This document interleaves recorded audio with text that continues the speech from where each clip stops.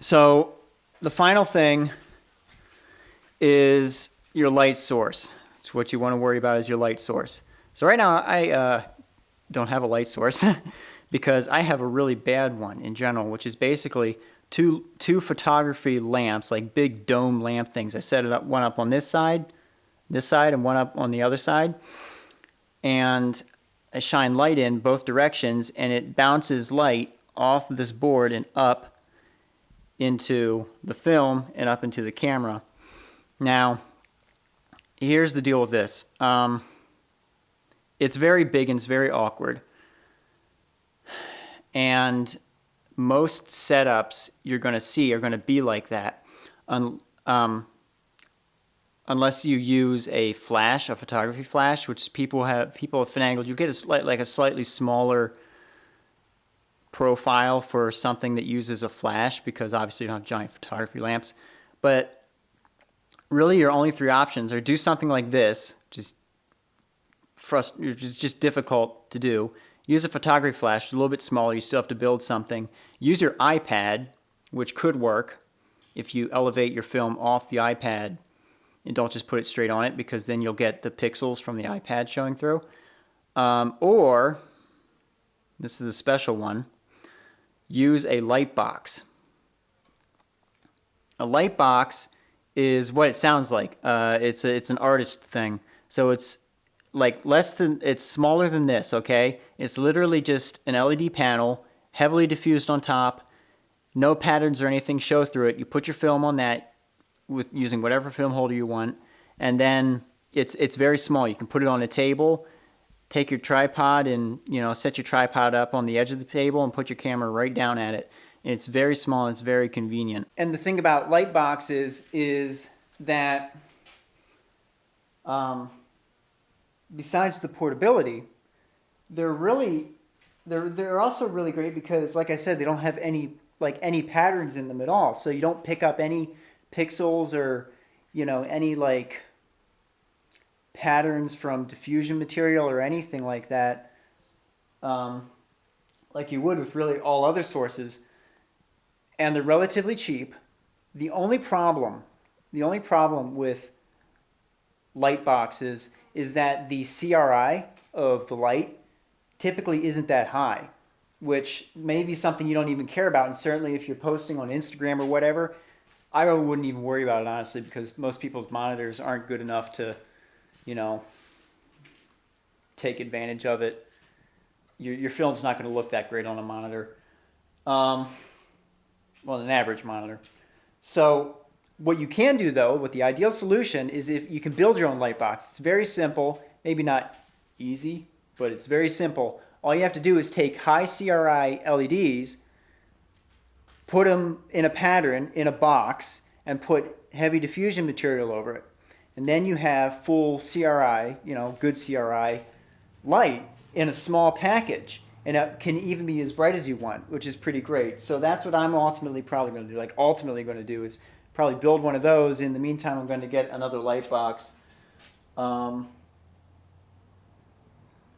yeah, I think that's probably the best idea. I need some makeup here. You can see my shiny head. You tilt the world. That's weird. Okay, anyway. So the final thing you want to worry about is a lens. And you need a macro lens. You just do. A macro lens is a lens that's capable of... Let me just transfer this here because this sucker is really freaking heavy. Macro lens is just a lens that's capable of a 1-to-1 magnification ratio. Honestly, I still don't completely understand what that means. But basically what it means practically is if you take a piece of 35 millimeter film with a 1-to-1 magnification, that film will be the same size as your sensor, I think. That might be misinformation. I don't know, but you need that's what you look for. You look for the 1-to-1 magnification ratio. I'll give you a good cheap option. A good cheap usable option is what I have right now, if you can use Nikon lenses. And that's the Nikon or Nikkor or whatever 55 millimeter f3.5. with the extension tube that comes with it, because there was an extension tube that it's supposed to use. That will get you to a 1-to-1 reproduction ratio. It's a old manual lens, so there's not a lot to it, and it's manual, and it's relatively cheap. It's under $100, which is, because it's old and it's manual, that's why it's so cheap. But it works really well, and that's what I'd advise for a lens, at least if you use Nikon. If not, then sorry, you're gonna have to figure that out. Although I did just, wow, this light, I love this light. I'm being sarcastic. Okay, so I'm sorry. I did just remember something. You can use extension tubes. I'm not going to go into them because that's complicated. But the problem with using extension tubes is the quality of your lens. They can reduce the quality of your lens, and you need to look it up because you need certain things with a lens to be able to do this well. Like your lens needs to have a flat field, which I'm not going to go into what that is, but look up like film scanning DSLR lenses, something like that. Read up on it, but that's the lens that I would suggest. That's really all you have to worry about. That's it.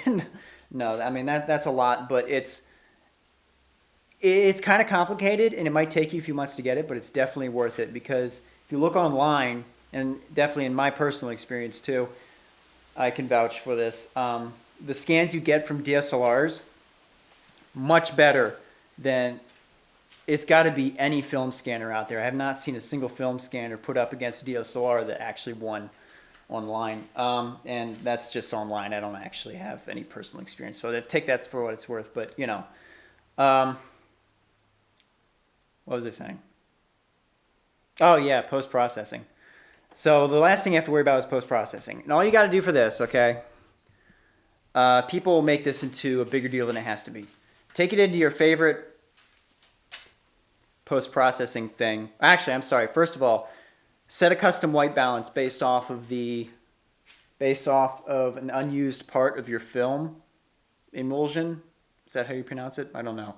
But yeah, based off an unused part of your film, set a custom white balance on that so that you get rid, at least for the most part, of the orange cast that all this film has. You got to do that. You should shoot in RAW because you're going to be doing a lot of manipulation of your film in your computer.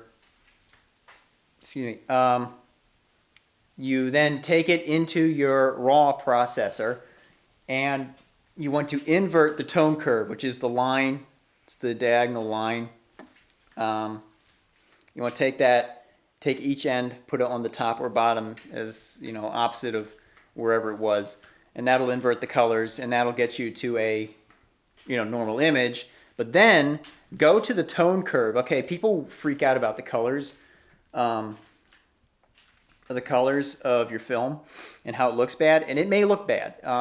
It may not look right, but go into the tone curves for each color channel, red, green, and blue, each color channel in your film, and individually adjust those to get it to look right. And you may have to take the ends, the actual butt end of whatever part of the tone curve, and move that up and down, like the white point or the black point. That's what I'm looking for.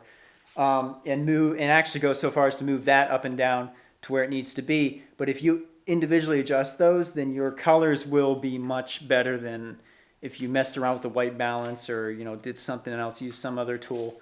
That's just my personal experience. That's what I'd suggest. Definitely learn to use your post processor because you're going to need to for this. But beyond that, all you have to do is take it into Photoshop or GIMP or whatever and do some dust cleanup.